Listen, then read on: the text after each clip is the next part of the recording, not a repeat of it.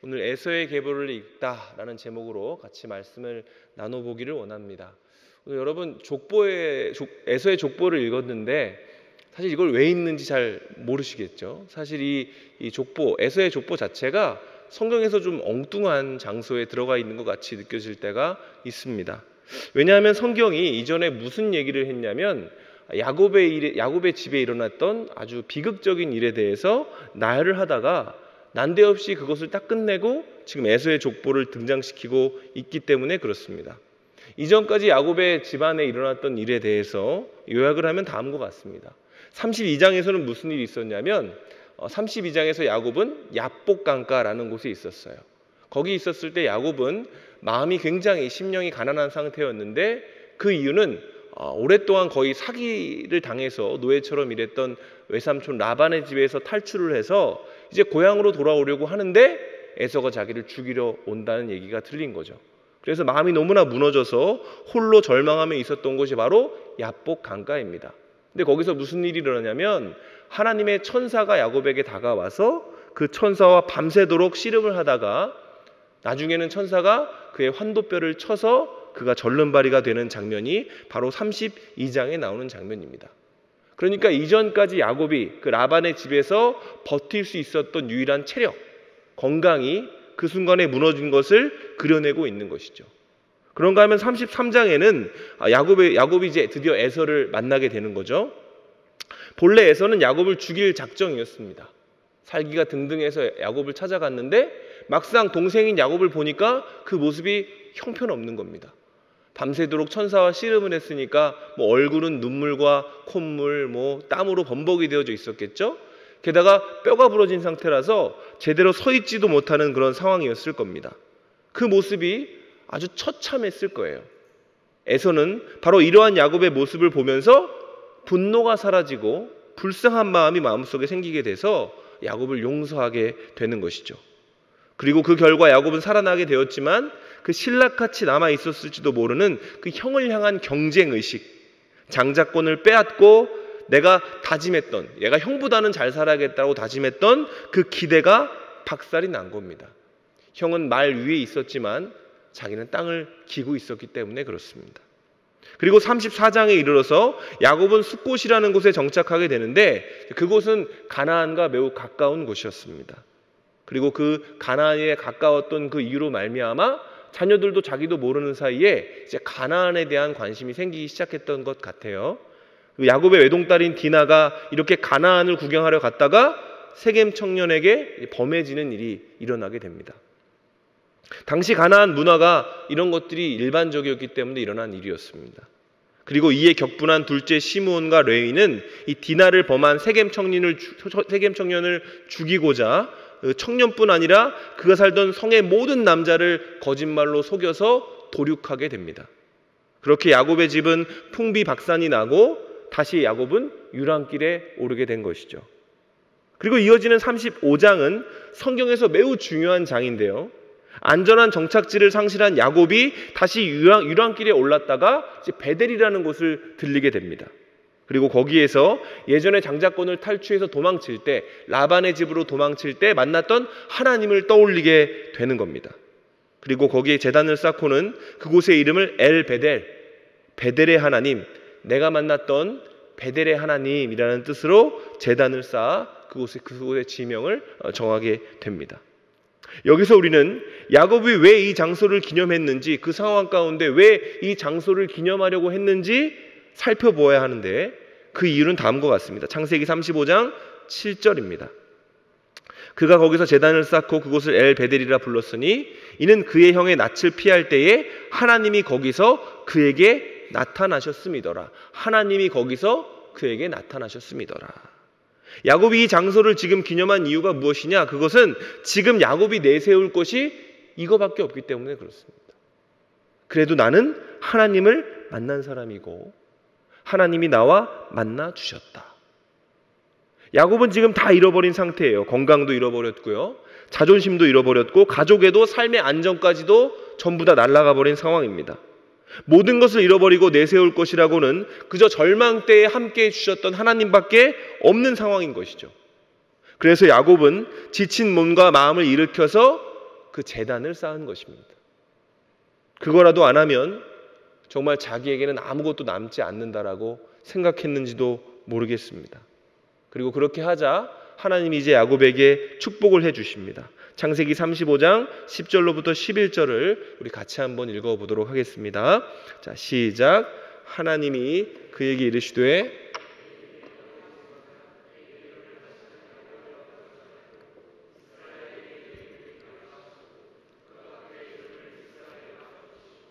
하나님이 그에게 이르시되 나는 전능한 하나님이라 생육하며 번성하라. 한 백성과 백성들의 총회가 내게서 나오고 왕들이 내 허리에서 나오리라.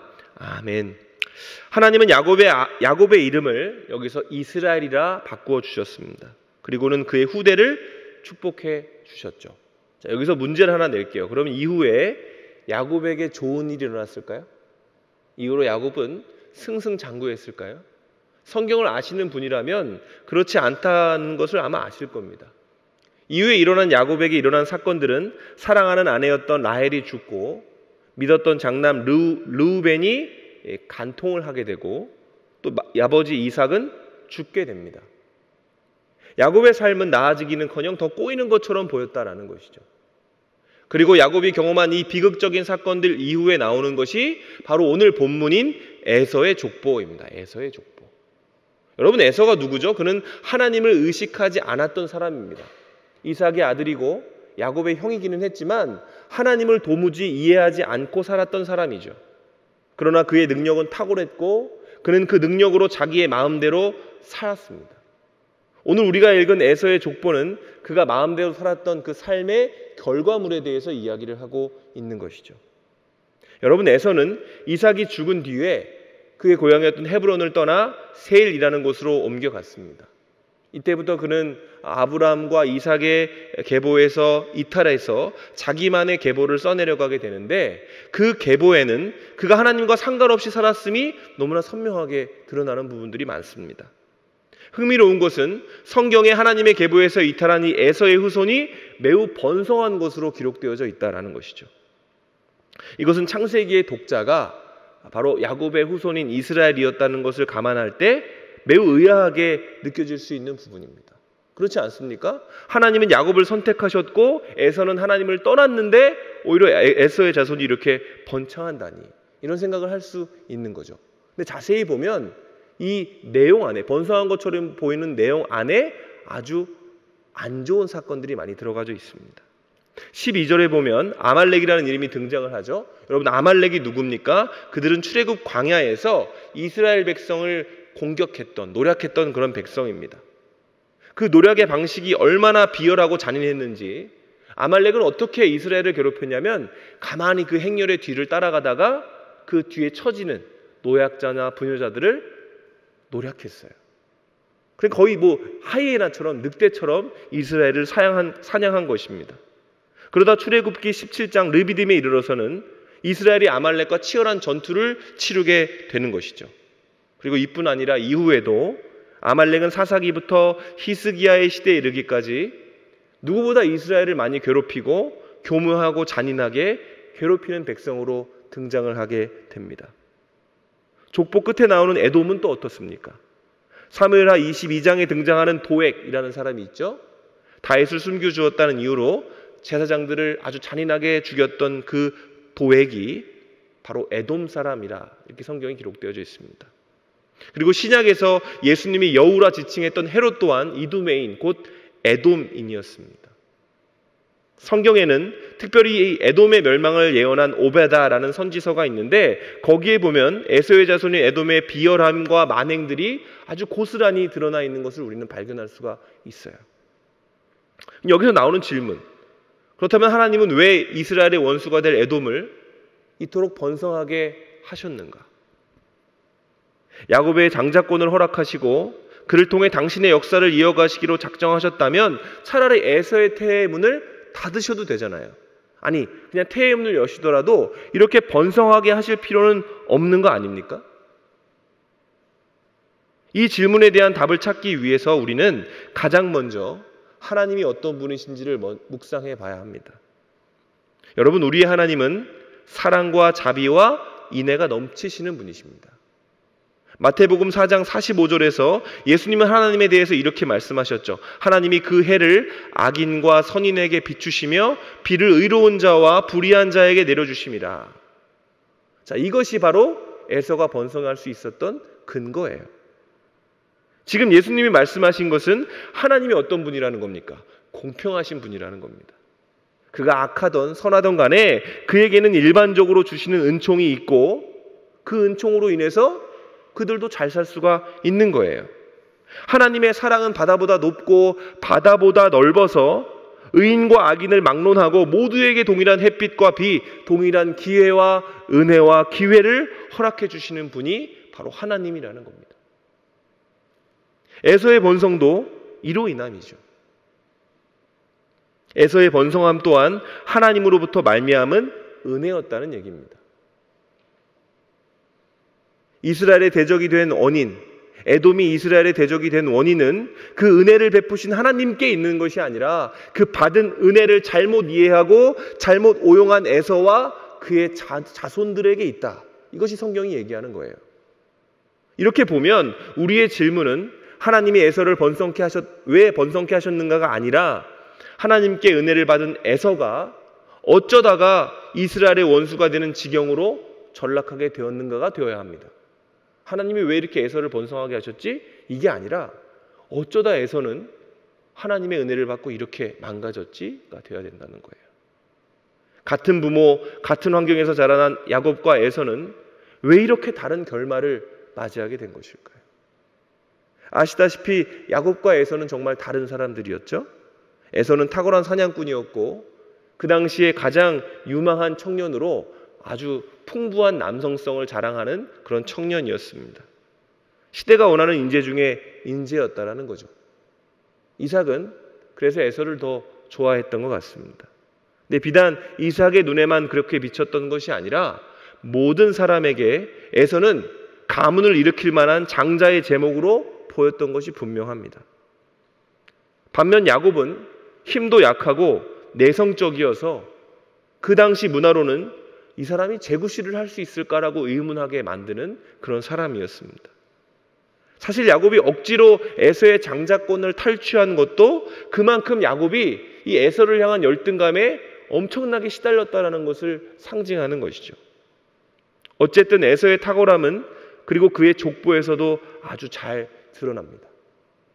오늘 우리가 길어서 읽지는 않았지만 에서의 족보 가운데 20절부터 30절은 에서의 족보가 아니라 세일이라는 부족의 족보입니다. 그러니까 에서가 세일로 옮겨가기 전에 이 세일이라는 땅, 에돔이라는 땅에 먼저 자리를 잡고 있던 백성들의 족보가 중간에 들어가 있는 거예요. 그러니까 이게 뭘 얘기하는 거냐면 이 에서가 세일산으로 옮겨가서 그 땅에 이미 자리를 잡고 있던 원주민이었던 세일 족속과 연합해서 큰 가문을 이루었다라는 것을 의미하는 겁니다. 여기서 놀라운 게 있어요. 43절에 보면 그 연합된 에돔 족속의 조상을 누구라고 밝히고 있어요? 에서라고 이야기를 합니다. 세일 족장이 아니라 에서라고 성경이 기록하고 있는 거예요. 이것은 쉽게 말해서 굴러 들어온 에서가 박힌 돌 세일 자손을 밀어낸 겁니다. 단순히 연합한 것이 아니라 병합했다라는 것을 의미하는 거예요. 성경은 그것을 강조하기 위해서 20절과 30절까지 세일 또한 많은 자손을 낳고 번창했음을 밝히면서 그럼에도 불구하고 그들이 에서에게 편입되었다, 이것을 설명하는 겁니다. 그러니까 굉장히 탁월했다라는 거죠. 에서가 세일도 능력이 부족한 족속이 아니라 그들 또한 탁월한 백성이었지만 24절에 보면 그들이 온천을 발견했다, 이런 기록도 있거든요. 세기에 발견을 했을 만큼 지혜롭고 총명하고 탁월한 족속이었지만 에서에게 사로잡혔다, 이런 의미입니다. 그리고 31절부터 에서의 등장 이후에 이제 세일의 세력이 더욱 강해졌다라는 것이 기록되어져 있는데 에서의 합류 후에 그들은 무슨 계보를 써내려가기 시작하냐면 왕의 계보를 써내려가기 시작해요. 이스라엘보다 먼저 왕을 세우고 국가를 이루어서 세상의 위용을 떨쳤다, 이겁니다. 여러 가지 정황을 살펴볼 때 분명히 에서는 야곱보다 탁월했던 사람 같아요. 그리고 앞서 말씀드린 바와 같이 이 에서의 탁월함은 하나님이 주신 것이었습니다. 하나님이. 그러나 에서는 하나님을 의식하지 않고 의존하지 않았기 때문에 그 능력을 오용했던 사람이라는 것이죠. 창세기 25장 23절에 보면 이런 예언이 있죠. 여호와께서 그에게 이르시되 두 국민이 내 태중에 있구나. 두 민족이 내 복중에서 나누이리라. 이 족속이 저 족속보다 강하겠고 큰 자가 어린 자를 섬기리라 하셨더라. 자, 여기서 에서가 능력을 가지고 한 나라가 되는 것까지가 하나님 뜻이라는 게 드러나요. 에서는 한 나라를 이루게 될 겁니다. 그런데 에서의 백성이 이스라엘의 대적이 되는 것은 하나님의 뜻이 아니죠. 그렇죠? 하나의 나라를 이룰 수는 있겠지만 그들이 이스라엘의 적이 될 필요는 없는 겁니다. 에서의 자손이 아말렉이 되고 그 가증한 아말렉이 되고 그의 자손이 에돔이 돼버린 것은 오베다가 저주했던 그 에돔이 되어버리고 만 것은 그의 조상인 에서의 삶에 하나님이 부재했기 때문에 그런 것입니다. 에서가 하나님을 떠났기 때문에. 야곱의 이야기에서 등장하는 에서는 매우 교만한 사람처럼 그려집니다. 하나님이 주신 능력을 과신한 그는 그 능력을 가지고 하나님을 하찮게 여겼던 사람이에요. 그래서 하나님이 주신 권리인 장자권을 고작 팥죽 한 그릇에 넘겨버릴 수 있었던 겁니다. 그냥 팥죽을 산 게 아니라 정말로 자기가 가지고 있는 이 장자권, 이딴 거 없어도 나는 잘 살 수 있어.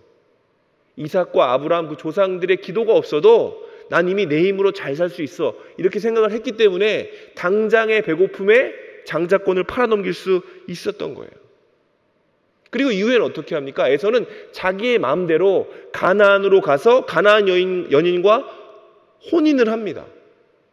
그리고 이삭의 죽음 뒤에는 조상들의 땅인 헤브론을 그냥 아무렇지도 않게 떠나서 자기의 눈에 좋아 보이는 세일산을 향해 나아갔다라는 거예요. 야곱의 이야기 안에서 에서는 사실 그렇게 나쁜 사람처럼 보이지는 않죠. 에서보다 야곱이 더 나쁜 사람입니다. 사실 어찌 보면 그래요. 에서는 그냥 가만히 있다가 뒤통수 맞은 사람이고 불쌍해진 야곱을 용서한 사람처럼 그려지기도 합니다. 그러나 여러분, 보이는 것만이 전부가 아니고 에서의 열매를 보면 야곱보다 에서가 훨씬 악한 사람이었다는 것이 잘 드러납니다. 에서와 그의 후손이 하나님과 동떨어지게 된 것은 여러분, 에서가 가지고 있던 그 뿌리 깊은 교만이 그 교만한 성품이 수정없이 그의 자손들에게 DNA로 유전되었기 때문에 그런 거예요. 하나님 없이 사는 방식이 유전된 것입니다. 더 직접적으로 말해 야곱이 어긋나려고 할 때마다 바로 잡아 주셨던 그 하나님의 손길이 에서에게는 없었어요. 하나님은 에서를 그냥 내버려 두셨습니다. 그래서 에서는 아버지 이삭을 통해서 하나님에 대해 누구보다 많은 이야기를 들었음에도 불구하고 그는 하나님과 상관없는 사람이 되어온 거죠. 하나님을 궁금해하지도 않고 하나님을 찾으려고 하지도 않았던 사람인 것입니다. 에서는 하나님의 오래 참으심을 멸시하던 사람이고 하나님을 무시했던 사람이었기 때문에 스스로의 힘으로 어떤 일가를 이루었는지 모르지만 그 열매는 저주받는 백성을 낳았다. 이것이 성경의 기록이죠. 여러분, 에서는 도대체 왜 이렇게 교만했던 것일까요? 반복적으로 말씀을 드리지만 에서는 야곱보다 뛰어났습니다. 아니, 그 당시에 존재하는 그 어떤 사람보다 에서는 뛰어난 사람이었어요. 그가 자리 잡았던 이스라엘 남동쪽 에돔은 난공불락의 요새이자 매우 풍요로운 땅으로 기록되어져 있습니다. 그곳에서 그는 강해지고 지혜로워졌다라고 생각했겠죠.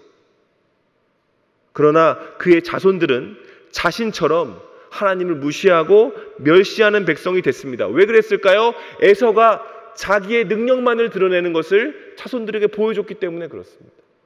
하나님을 의지하고 의존하는 것을 전혀 보여주지 않고, 야, 내가 이렇게 힘이 세고 내가 이렇게 지혜로우니까 나를 따라하면 돼 하면서 살았던 결과가 아말렉과 같은 삶의 방식을 만들어낸 것이고, 연약한 사람들을 괴롭히고 헐뜯고 사륙하는 그 방식을 만들어낸 것이고, 에돔 족속처럼 교만이 머리끝까지 차서 자기 위에는 아무도 없는 것처럼 살아가는 백성을 만들어냈다라는 것입니다. 그러나 여러분, 이렇게 잘난 척하는 그 백성이 나중에 어떻게 되는지 아십니까? 에돔은 나중에 하나님께 심판받는 백성이 됩니다. 오베다서 1장 3절로부터 4절에 보면 하나님이 그 심판에 대해서 이렇게 말씀을 하세요. 너의 마음의 교만이 너를 속였도다. 바위 틈에 거주하며 높은 곳에 사는 자여, 내가 마음에 이르기를 누가 능히 나를 땅에서 끌어내리겠느냐 하니 내가 독수리처럼 높이 오르며 별 사이에 깃들지라도 내가 거기에서 너를 끌어내리라. 여호와의 말씀이니라. 무슨 말이에요? 배운 대로 이 사람들은 얘기하는 겁니다. 야, 누가 나를 끌어내리겠느냐? 내가 이렇게 안전한 곳에 거하고 있는데. 하나님이 말씀하십니다. 독수리처럼 높이 올라가 봐라. 별 사이에 숨어 봐라. 내가 너를 끌어내리겠다. 이렇게 말씀하신 거죠. 여기서 우리는 화려한 야곱의 사건 뒤에, 화려하지 못한 그 초라한 야곱의 그 사건 뒤에 그럴싸해 보이는 에서의 족보가 등장하는 이유를 발견하게 되는 것이죠. 그게 뭐죠? 성경은 지금 엉망진창인 것 보이는 야곱의 삶과 승승장구하는 것처럼 보이는 에서의 삶을 의도적으로 대조하고 있는 겁니다. 그러면서 결과를 알고 있는 이스라엘 사람들에게 이 에서가 잘 사는 것처럼 보이지만 사실 그의 끝이 아말렉이었고 에돔이었다라는 것을 얘기해주고 있는 겁니다. 여러분, 성경은 하나님이 당신의 사람들한테 복 주시기를 원한다라고 반복적으로 이야기를 합니다. 그렇다면 하나님이 우리에게 주시고자 하는 참된 복이 뭘까요, 여러분? 어쩌면 우리는 에서가 누리고 있는 것을 복으로 여길지도 모릅니다. 능력이 탁월하고 지혜롭고 그 시대가 원하는 모든 능력을 가지고 있어서 한 큰 일가를 이룰 수 있는 사람. 아무리 굴러 들어가는 돌이라 할지라도 그 어떤 것도 잠식할 수 있는 능력을 가진, 정복할 수 있는 힘을 가진 그런 존재가 되는 것이 복이라고 여길지도 모르죠. 그런데 여러분, 성경은 그렇지 않다라고 얘기를 해요. 왜냐하면 에서가 그 능력의 탁월함으로 만들어낸 것이 죄였기 때문에 그렇습니다. 죄악의 백성이었고 죄악의 계보였기 때문에 그렇습니다. 이런 맥락에서 야곱과 에서는 정말 다르죠. 에서는 자기의 탁월함을 만끽하며 자유분방하게 자기의 소견에 오른 대로 마음대로 살았지만, 여러분, 야곱은 일생 동안 하나님의 간섭 속에 살았던 사람이죠. 그렇지 않습니까? 하나님은 야곱이 어긋나려고 할 때마다 그를 치셔서라도 제자리로 돌려놓으셨습니다. 야곱이 자기의 힘을 믿고, 에서처럼 자기의 힘을 믿고 내 힘으로 뭔가를 해보려고 막 애를 쓸 때 하나님은 그의 환도뼈를 꺾으셔서 그로 하여금 절름발이가 되게 하셨어요. 더 이상 그의 힘과 의지를 의지할 수 없도록. 그러나 대신 하나님이 그의 의존자, 인도자가 되어주셔서 야곱이 오히려 살게 되었죠. 야곱이 숫곳이라는 곳에 정착을 했습니다. 거기는 얼핏 안전해 보였습니다. 그런데 문제는 그 근처에 가나안이라고 하는 세계가 있었다는 거죠. 야곱이 전혀 신경 쓰지 않고 그냥 그대로 살다 보니 자녀들이 가나안에 대해 관심 갖기 시작했어요. 그리고 가나안에 물들다가 결국에는 어떻게 됩니까? 르우벤과 시므온과 레위가 했던 그 행동이 자기의 아버지의 여인을 간통하고 한 성을 거짓말로 속여서 도륙했던 그 행동들은 가나안의 문화였습니다. 야곱이 정신없이 살아가고 있을 때, 그냥 숫곳이라는 곳에 안주하려고 했었을 때에 바로 이러한 어긋난 문화들이 야곱의 집안 안에 퍼지고 있었던 것이죠. 그리고 하나님은 그 퍼짐을 막기 위해서 야곱을 흔들어 깨우신 것입니다. 여러분, 야곱은 하나님께 구원을 받은 사람입니다. 하나님의 관심을 받았던 사람이고 하나님의 간섭 가운데 살았던 사람이라는 거예요. 겉으로 볼 때는 야곱의 인생이 전혀 나은 것이 없어 보이고 그는 실수를 반복하며 굉장히 연약한 사람처럼 보이지만, 여러분, 하나님은요, 성경에 분명히 말씀하셨어요. 내가 에서는 미워하였고 야곱은 사랑하였다. 미워한 게 뭡니까? 내버려 두시는 거예요. 네가 어떤 죄를 저지르던 간에 그냥 잘 먹고 잘 살아라. 네 능력으로 마음껏 살아라. 내버려 두는 사람. 반면 야곱은 연약하고 부족하지만 어긋나려고 할 때마다 하나님이 견책하시고 책망하시고 회개케 하셔서 하나님께 돌아오게 하는 그런 사람이었습니다. 그 결과 여러분, 야곱은 그 끝에 하나님의 백성을 낳았고 에서는 그 끝에 저주받는 백성을 만들어낸 것이죠. 여러분, 성경이 말하는 복된 삶이란 무엇입니까? 여러분, 그것은 하나님의 간섭을 느끼는 삶입니다. 여러분, 그런 거 느끼세요? 하나님이 여러분에게 자꾸 간섭하신다. 나는 자유롭게 살고 싶은데 내가 뭔가 실수를 하려고 할 때마다 하나님이 자꾸 개입하시는 느낌. 저는 20대 초반에 아주 엄격한 10대를 아주 엄격한 기독교 집안에서 자랐잖아요. 그러니까 늘 꿈이 있었어요. 이 기독교 문화에서 벗어나서 한번 내 마음대로 살아보자. 근데 여러분, 이게 되게 희한한 게요. 어느 선을 넘어가려고 하면 안 돼요. 그게 하나님이 치십니다. 하나님 못 가게 하세요. 그 경계를 정해주신 것처럼 제 마음이 흔들리던 상황이 안 되던 간에 그럴 수 있는 상황이 안 만들어지더라고요. 제 마음속에 이상한 쐐기가 있어서 마치 울타리가 쳐진 것처럼 범죄하려고 하다가도 이건 아닌 것 같은데 생각을 제가 넘지를 못하더라고요. 어렸을 때는 그게 참 답답했습니다. 난 왜 이렇게 자유롭지 못한가? 난 왜 이렇게 얽매여 사는가? 근데 제가 돌아보니 그게 은혜였습니다. 그게 하나님이 저에게 간섭하시는 것이었고 하나님이 제게 참견하시는 거였어요. 여러분, 하나님의 사람은 하나님의 참견을 받는 사람입니다. 여러분의 능력과 실력의 어떠함과 상관없이 여러분이 아무렇게나 죄를 지을 수 있고 그 죄를 저질러도 마음에 아무런 거리낌이 없다면 여러분, 그것은 기쁠 것이 아니라 슬퍼해야 되는 거예요. 왜냐하면 하나님이 내버려 두시는 것이기 때문에 그렇습니다. 그러나 여러분이 어느 순간 깨달음이 와서 이건 진리란 뭘까? 뭐가 선한 일일까? 뭐가 하나님이 기뻐하시는 일일까라는 생각이 든다면, 아니 이렇게 건전한 방식이 아니라 어떤 죄를 저지름으로 말미암아 너무나 아프고 괴롭다면 여러분, 그것이야말로 축복 중에 축복이에요. 왜냐하면 하나님이 여러분의 마음 가운데 견책하시는 것이기 때문에 그렇습니다. 여러분, 하나님이 그런 분입니다. 하나님은 당신의 백성과 자녀를 그냥 살게 내버려 두지 않으시는 분이에요. 하나님의 구원을 받은 자들은 자기가 자기 마음대로 살고 싶어도 결국엔 하나님이 원하시는 방향대로 돌아올 수밖에 없다. 이것이 바로 성경이 얘기하고 있는 구원이라는 것이죠.